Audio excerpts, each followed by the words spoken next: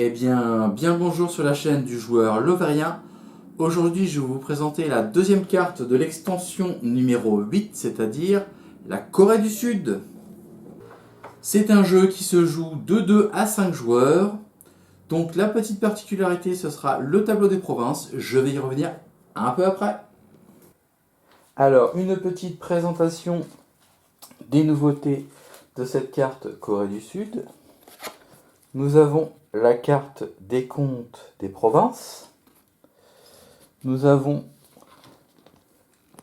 le tableau des provinces.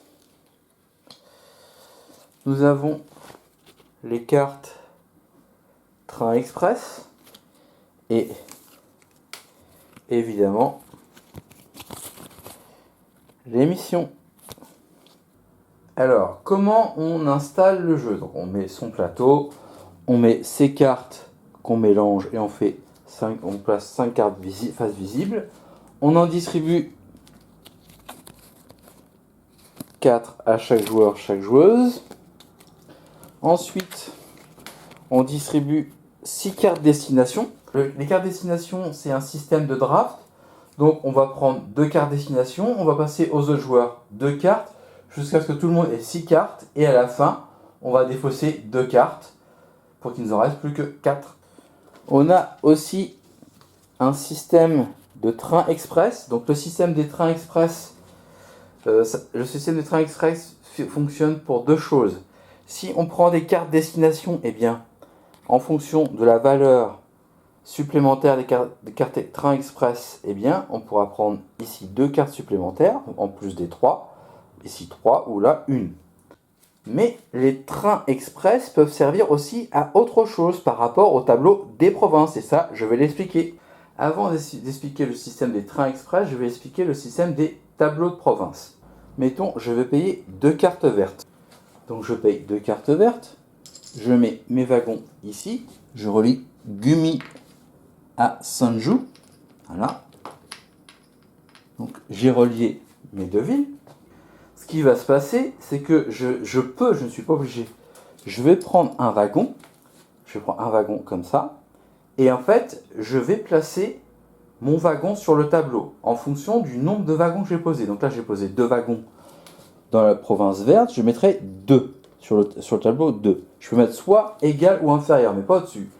Mais vient notre petit système. Notre petit système de train express. Donc là, par exemple, je pourrais utiliser la carte plus 3. Et du coup, eh bien, je pourrais aller sur la case 5. Et en fait, le système des provinces, il y aura un système de majorité. Celui ou celle qui sera premier marquera des points. On voit avec un petit décompte que ce système marche de la façon suivante. À 2 joueurs, le premier à 10, le deuxième à 0. À 3 joueurs, le premier à 10, le deuxième 6, le troisième 0. À 4 joueurs, le premier à 10, le deuxième 6, et le troisième 4, et le quatrième 0. Et à 5 joueurs, le premier à 10 points, le deuxième 6, le troisième 4, et le quatrième 2 points. Maintenant, passons à la phase explication d'un tour de jeu. Donc comme je l'ai montré tout à l'heure, on peut relier 2 villes comme je l'ai fait là. On utilise des cartes. Et à ce moment-là, une fois qu'on a les cartes, on paye, on pose ces cartes. Il y a quand même un petit principe qu'il faut qu'on comprenne, c'est qu'à 2 et à 3 joueurs, les routes doubles ne seront pas utilisées. Il y aura seulement une des 2 routes qui sera utilisée. Par contre, à 4 ou à 5 joueurs, les routes doubles seront vertes, mais un joueur ne pourra pas s'attribuer les 2 routes. Il faudra forcément que ce soit un autre joueur qui prenne la deuxième route. Donc, comme je disais, nous avons ce système où on peut poser des wagons, on peut piocher des cartes. Si on place une carte joker, si on prend une carte joker, eh bien on aura le droit d'en prendre qu'une face visible. Après, il y a d'autres systèmes pour piocher, soit on prend 2 faces visibles, 2 faces cachées, ou une face cachée, une face visible. Ensuite, il y a un autre système, c'est qu'on peut prendre des cartes destination. Donc les cartes destination, on en prend 3. Mais effectivement, comme je l'ai expliqué tout à l'heure, il y a le système des trains express, je ne vais pas revenir dessus. Bon, quand même, une petite explication, c'est que malgré qu'on utilise les cartes train express, au final, on prendra toujours une carte minimum et pas moins. Pour comptabiliser les cartes, eh bien, on va compter les cartes destination. C'est le même principe que les autres cartes. Si les cartes destination, on les a réussies, on marque les points indiqués ici. Si on a raté, on perd les points indiqués.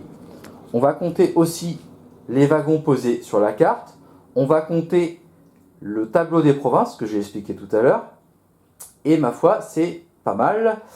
À la fin, c'est le joueur ou la joueuse qui a le plus de points qui gagne. Si jamais il y a une égalité, on comptera celui ou celle qui a le plus de cartes destination. Et s'il y a toujours égalité, eh bien ma foi, il y aura égalité. Une autre explication, c'est que la route la plus longue et le bonus du Globetrotter n'existe pas dans cette carte. Voilà, eh bien merci de m'avoir suivi sur cette vidéo. Je vous souhaite bonne partie, bon jeu. Allez, ciao, ciao, à plus tard. Pour voir plus de vidéos, abonne-toi.